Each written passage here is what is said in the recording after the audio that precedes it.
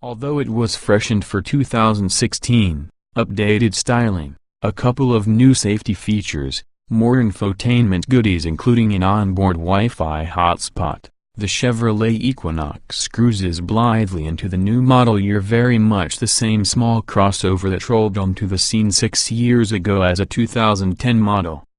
This is a very hot market segment right now, chock-a-block with all kinds of attractive offerings. Honda's CR-V is America's perennial sport utility bestseller. The Ford Escape, extensively revised for 2017, is hard on its heels, and the Mazda CX-5 remains our favorite in the category.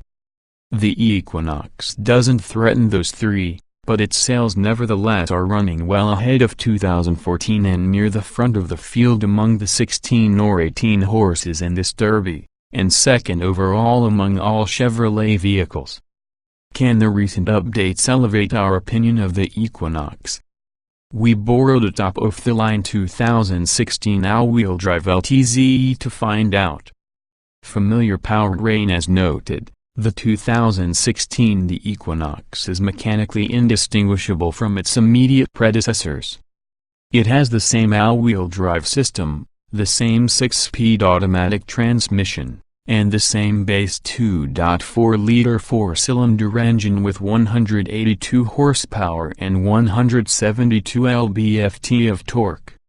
You might expect this to produce track-test results identical to the 4-cylinder Equinox we ran back in August of 2009, but your expectations would be off by a wink or two here and there. The new one is a couple tenths slower to 60 miles per hour and almost 2 seconds slower to 100 miles per hour. Mark that down to a 246-pound weight gain compared with that 2010 Equinox, a vehicle we described as on the hefty side of the segment.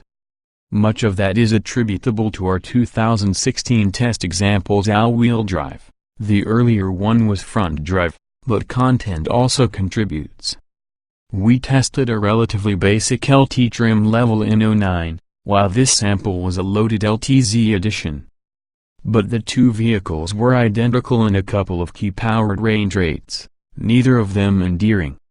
For one, the shift programming seems to have been conceived for the EPA certification cycle rather than for real life. The electronic brain of the 6-speed transmission tries its best to get into top gear by the end of the driveway. With a rather tall torque peak, 4,900 revolutions per minute, this drains the zip from stoplight getaways. The transmission does offer a manual shift option, achieved via a thumb switch atop the shift lever, which is very awkward to operate. We suspect owners will try it once or twice and then dismiss it. We certainly did. Maybe the transmission is so eager to get to the higher gears because it wants to spare the driver the sound of the engine revving. Max power comes on at 6,700 revolutions per minute, and hearing this engine's train for peak revs is not at all inspirational. Although the Equinox is exceptionally quiet at freeway cruising speeds, the sound issuing from beneath the hood at wide open throttle is quite coarse. One positive effect of the 4-cylinder's unrefined voice is that it discourages vigorous use of the throttle, which may account for our observed fuel economy result, 21 miles per gallon during the course of this test versus 18 back in 2009, despite all-wheel drive and the additional mass.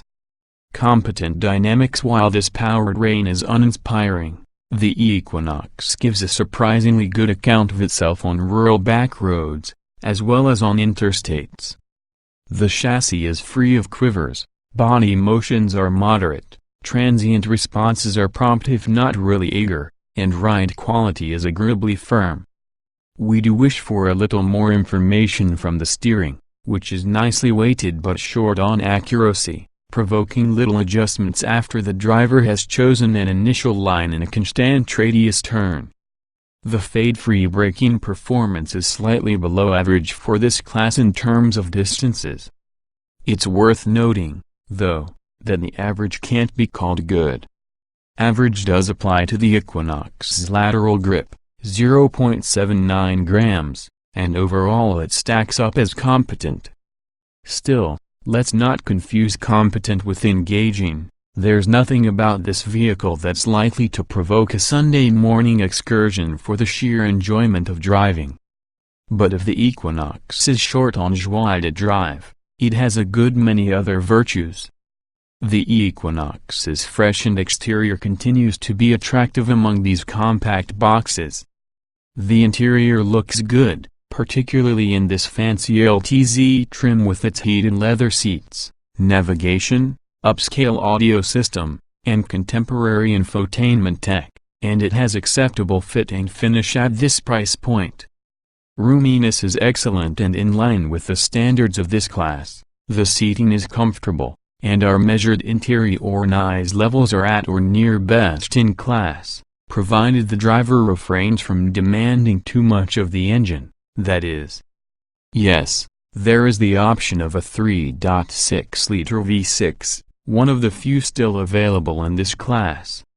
With 301 horsepower and 272 lb-ft of torque, it lends a lot more urgency to forward progress and increases towing capacity from 1,500 to 3,500 pounds. On the other hand, the V6 drags down fuel economy ratings, still an important consideration, even with cheap gas, from 2029 miles per gallon for the all-wheel drive 4-cylinder to 1623 for the V6 with all-wheel drive. Also, the V6 is available only in the top two trim levels. At $34,755, our LTZ had just about everything but the V6. But you can bolt yourself into an Equinox for considerably less. The pricing ladder starts at $23,495 for a front-drive L model with this so-so four-banger.